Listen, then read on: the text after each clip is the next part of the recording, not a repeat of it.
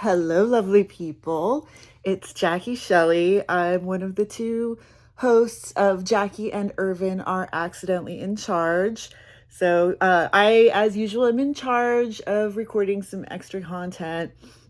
Basically, this morning, I was putting together kind of a collage of moments from the interviews that we've done so far, which, as you know, are one of my favorite parts of all of this. I pretty much started a podcast so I could interview cool people. I mean, that's part of it. And I was going back through all of these interviews that we've done and taking screenshots of moments where people were laughing because, I keep promising that this is going to be a comedy show. I have recently turned to a life of crime. I'm now the world's best giraffe accomplice. This is what I've decided. Basically, I think I'm very funny. I mean, if you ever want to check out my LinkedIn page, you should definitely look at my list of skills. If you have any questions about that. But basically, I pretty much want to run away and join the circus and become a clown. Like, that's my life's ambition. You can see my unicycle painting here behind me, and some of you know that I did a project where I painted 100 unicycles, and it was actually a suicide prevention project, and there's a whole story there. But basically, my dream is to be able to like ride a unicycle and juggle and do all these fun things. And actually I was just talking with one of our interview guests yesterday and realized it's been 9 years since I declared that I needed to learn to ride a unicycle. I have one. I still haven't learned to ride it. So that's upcoming. I'm definitely going to be putting some work into that. But basically, I realized after a while that my life's ambition is basically to be a clown. I mean, it's, ride a unicycle, juggle, be ridiculous, have a good time, make cool things with cool people. It's pretty much the circus. So, yeah, we'll think about that later. But basically, where was I going with this? Oh, I was doing the screenshots of people laughing, which is back to I think I'm hilarious. Like, I find my own sense of humor for obvious reasons. Like, I do things and then I have a really bad memory too, partly the ADD, partly whatever. And I do things and I come back to them, and inevitably, like, I'm the one that benefits from me being funny because, like, I'll be having a really difficult time or a hard day or something, and I'll just like pick up a to-do list that I made 2 weeks ago or something, and it will have some ridiculous thing on it, like build a robot army or like whatever the thing is that I wrote, because I write things on my to-do lists that are ridiculous on purpose, because then I know later on I won't remember and I'll pick it up and I'll think it's funny.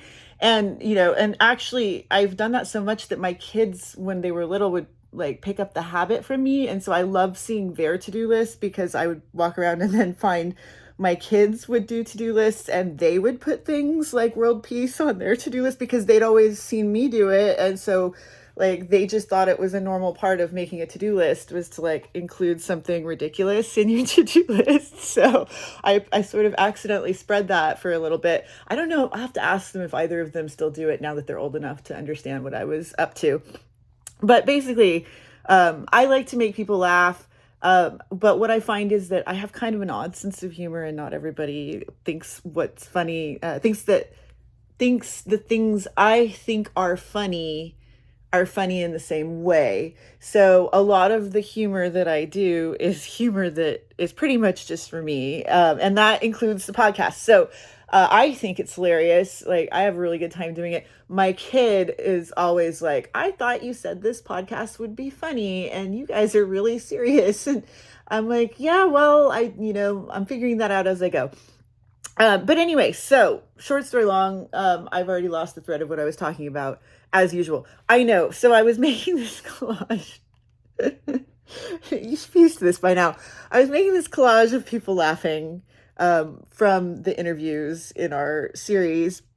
And then I loved it so much by the time I, put all these screenshots together, that I sent it to a lot of the people that were in those interviews to just say, thank you. Like, this is incredible. We're 6 interviews in now, which, I know doesn't sound like a high number when you realize like how many other things Irvin and I are both balancing, and how much work it took to get this far. I'm really, really proud that we've come so far already, and I can't wait to do more. But so I sent these screenshots of everybody laughing to the people.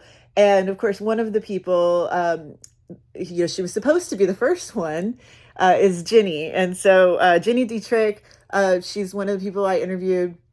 And she responded, and then I just was answering just now because I realized I wasn't sure if she knew that she's the reason the podcast exists, because what had happened, and I've told this story in the first video I ever did, but what happened is that I was in the office, I was being silly, I was talking about something. Irvin said, "You're really funny, you should be a podcast host." And I was like, "You're right, I should, and you should do this with me." And then it turned out I had decided to start a podcast like this during the pandemic, but I didn't do it because I didn't have like a partner to do it with. And I, was struggling with what I was trying to do by myself. But I had set up a Facebook page called Jackie is Accidentally in Charge that was like intended for this podcast. And it was already like on my, so when Irvin said we should start a podcast, I was like, well, I already started one. And he's like, "Oh, cool. How many episodes did you do?" And I'm like, "None." So that like probably that same day I saw Gini on Facebook, and I was just like, I want to interview you for my podcast. And she was like, "Sure, just let me know when." And I was like, "Oh, I think I just did a thing." And so then I remember going back into the office. It was like the day after Irvin and I had the ridiculous conversation about starting a podcast. And I was like, "Irvin, come here." And I had him take a selfie with me. And I still have that. That's like the first first picture of me and Irvin that's on our Facebook page. And I went to my desk, like this is like after work, we're hanging out. And I put our picture on the Facebook page group that I had already created for the Jackie is Accidentally in Charge. And I changed it to Jackie and Irvin are accidentally in charge. Like that's when I actually named the podcast. So, and then I took that link and emailed it to Gini as like, "This is our podcast. Here's me and Irvin. Look, we know what we're doing." And was like, "Hey, can we schedule an interview?" And it ended up, it took us a while to get the interview scheduled. So she ended up not being the first. I ended up interviewing a few other people before I finally got to Gini. So actually that ended up working out because by the time I got around to interviewing Gini, I knew a little bit more what I was doing. Because poor Brian got the brunt of the learning curve there. But he's very understanding and was a great first guest for our series. So basically, I don't think she knew. Well, I know she didn't know at the time because I was trying to pretend like we knew what we were doing. So like, there was no like, "Hey, you're the first one" or whatever. But later on, like, I thought maybe she doesn't realize that like this whole podcast wouldn't exist if she hadn't said, "Yes, I'll be on your podcast." And I think about that sometimes, like, how fragile these beginnings really are. Like, I absolutely was serious about doing this. I, really, really love doing it. And it's become important to me. And, just even doing the little bit we've done so far, and as badly as some of it has been done, and, as hard as it's been to fit it in, the more I go down this path, the more sure I am that I just, it's worth doing because I love it, basically. Not because like it gets a lot of likes or follows or money or all the things we joke about. I never cared about that stuff in the same way, I think, as I do about like feeling good about the work I do, So I just feel like I'm on the right track. But basically, if someone had said no to me early on, like in that moment where I was just kind of half serious and kind of unsure of myself, if I had put the comment on Ginny's Facebook post and said, "Hey, be on my podcast," and she'd just been like, "Yeah, that's okay, I'm too busy," or something, um, I probably wouldn't have gone back in and taken the picture with Irvin, and I wouldn't have named the podcast, and I wouldn't have, done and all that stuff that I did because someone said yes to me, and it just jazzed me up. You can see it in the very first video I ever did. And I remember, sending it to a friend of mine that very same night. I came home and I was just like really excited. And I love that video because it's so madcap. I mean, it's like 11:30 at night, and you always see me, like, look at me right now. I've just woke up and like I haven't like taken a shower or brushed my hair or anything. It's, the weekend. I'm literally procrastinating other work that I'm supposed to be doing in order to record a video about this project. I just it's always like late at night or early morning, and it's the spaces in my day in between all the other things I'm doing. I have a full-time job, I have a second job, I have two children, I have a dating life, I have my family. Like, I have a lot of things taking up space, and I don't have a lot of financial resources anymore for various reasons, and I'm not resentful about that because some of that has to do with choices that I made. But it used to be, there were periods of my life where I could travel, where I could go to conferences, where I could, have adventures, basically. A lot of the people I'm trying to talk about or bring on or interview are from those periods where I had more resources and I had more time, and I had opportunities to be adventurous, and like some of my current situation is now kind of paying for that past time. I mean, I maybe made decisions along the way that I don't know that I would undo now, because I wouldn't be the person that's sitting here without those experiences, but they have led to a point where right now I can't, globe trot, like I was saying yesterday in the interview with Dave Delaney, and or with Addie. It's funny because I did two interviews yesterday, and I think you hear the things that are coming out of your own mouth, right? And I realized, like, that in some part the podcast series is about, hey, can I use technology to bring me back some of the magic that was coming from, traveling and meeting people and going to where they were. And it's like I can't right now physically go to where you are, but I can bring you here with this technology. And I think we've all gotten maybe a little jaded about social media. This is what I'm hearing. And it could be too, Dave and I were talking about kind of growing up together, right? Like that. I noticed that when I'm interviewing my guests, that many of us have kids that are roughly the same ages, or we're kind of in the same ballpark age group. And so I'm definitely going to be looking at interview. Well, we interviewed my son who's much younger, but I'm looking at interviewing people maybe that are outside of that group, because maybe some of the jaded opinions are coming from just like the time of life that we're at. I don't know. But we'll find out when this is whenever I raise a question like that, I'm like, I guess I'll interview people and find out by doing it. But even so, the group of people that I've talked to this year, a lot of us were like early adopters of internet technologies. A lot of us were in social media or social marketing or communications, all sorts of different umbrella, things, business, whatever. But basically, we all kind of knew each other, run into each other at conferences, or we were friends of friends, and there was this little ecosystem of people.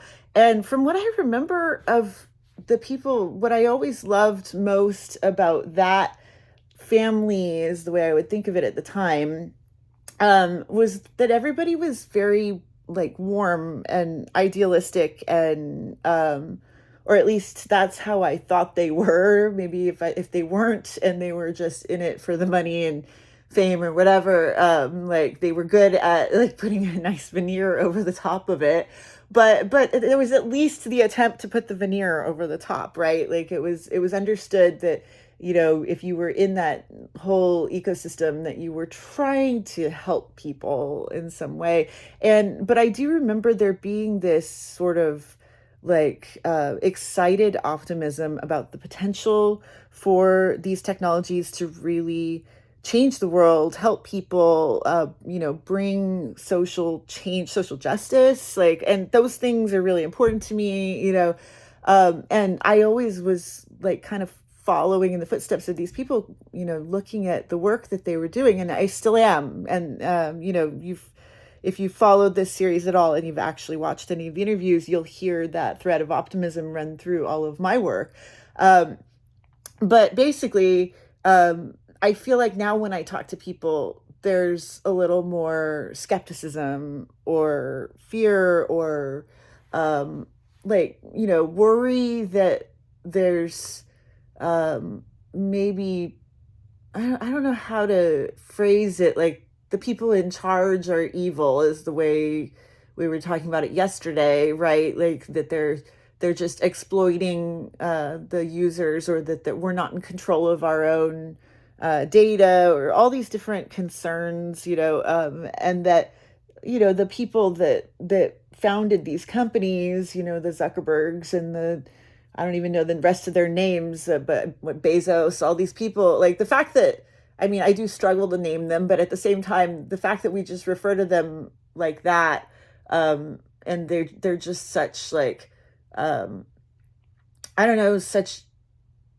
like forces because of the wealth that they've amassed from these things, and that they end up in the news a lot, and just they have this like undue influence. And even if they were good people and they were using it for good, which doesn't seem to be the case, um you know like there's just this outsized amount of power that they got out of it. And so like it feels like none of these platforms are really free of that kind of like fallout or secondary problem. I don't even know what words to use, but like, so I think our jadedness and skepticism, like it all makes sense to me that we're all now like um almost like abuse survivors. It's like I've been harmed in the past, like what are you going to do to me this time, right? And we're kind of, I don't think we found a place where um people feel safe to like do the same early optimistic, like I'm just sharing a picture of my kid with my mom kind of Facebook stuff that we used to. And now you go on there and it's like pictures and videos of people being shot in the street. And no, I don't like to venture into the political territory, because it's not that I don't care, but it's a tricky ground to walk on. But that's part of it, right? Like that's part of it is like, not knowing what it's okay to say, not knowing what it's okay to post, like, I don't know. So anyway, you can feel my confusion as I like wander into that territory. But what I'm trying to say is that I hear this same fear and confusion and like uh whatever I can't even find the word to say the opposite of optimism, which tells you something. Pessimism. Thank you. Oh my goodness. Thank you, brain, for delivering that up. But yeah, I hear the pessimism in threaded through some of these conversations, and I share it. And at the same time, the whole point of what I'm doing by becoming a giraffe accomplice and learning to ride a unicycle and running away to join the circus is like, my favorite sign from the protests back in May. I was in San Francisco, and it was kind of a No Kings protest, or I don't know if they were calling it that yet. And I said I would stay out of politics, but that gives you your clue right there. I mean, if you're watching my show and you don't know that I'm a radical leftist queer, then you don't belong here anyway. I mean, unless you are on the other team and you're okay with being friends with me anyway, in which case we'll talk. But generally speaking, I'm not going to be for everybody for obvious reasons. But basically, I'm at this rally and I'm taking pictures because I love to take pictures. And um, I'm taking pictures of the funniest signs, of course, because there's that sense of humor thing again. And this woman wanders through, and it's something like queer joy is resistance, and it was just like festooned in rainbows. And I got the most marvelous photo of her, but I did it by like barreling through the crowd and chasing her down, and then like taking a picture to the extent that I nearly lost the friends that I was with because I was so excited. And but it was just like, and I will post that picture again because just telling this story is there's a touchstone there, right? Like for me, no matter how pessimistic I feel, and I do often, and how many of my friends are expressing the same sort of jaded, pessimistic viewpoints, especially about technology or about social media or about all of these things, there's always the part of me that's like, all right, well then let's throw some more glitter at it and be super queer and super amazing and super joyful, and it's all going to be okay. And I still just have belief that overall most people are good, and that for every force of evil in the world there's a balancing force of good, and I'm just going to try to stay on this team. And I may not always get the answers right, and I'm definitely a flawed person with a lot of my issues have issues of their own, um and I'm not always free of like harm, like I make all kinds of mistakes all the time, and I wish I could learn to make better decisions, but you know I'm a work in progress. Yeah, and I feel like that's a whole separate topic, because mental health, that comes up on our podcast as well. But I feel like I'll probably do a whole thing about just that separately because there's so much there. But yes, I make mistakes. I screw up. My issues have issues. Like, I don't always, do the ethical thing. I don't always know what the ethical thing would be, even if I could do it, and I don't always make good decisions. So now that I've just like confessed, I mean, I did just tell you I've turned to a life of crime. So, I mean, what can I say? But that is a joke, by the way. Don't, FBI, don't arrest me. Whatever. But where was I going with this? Just that I'm going to run away and join the circus and become a clown. I think that's pretty much the point of this video. No, the point of this video is that this podcast wouldn't exist if Gini hadn't said yes to me that day. But she did. So, Jenny, all of this is your fault. And you should apologize a lot, profusely, to the universe for, causing this terrible podcast to exist. That's definitely what this video is about. All right. Thank you, guys. See you later.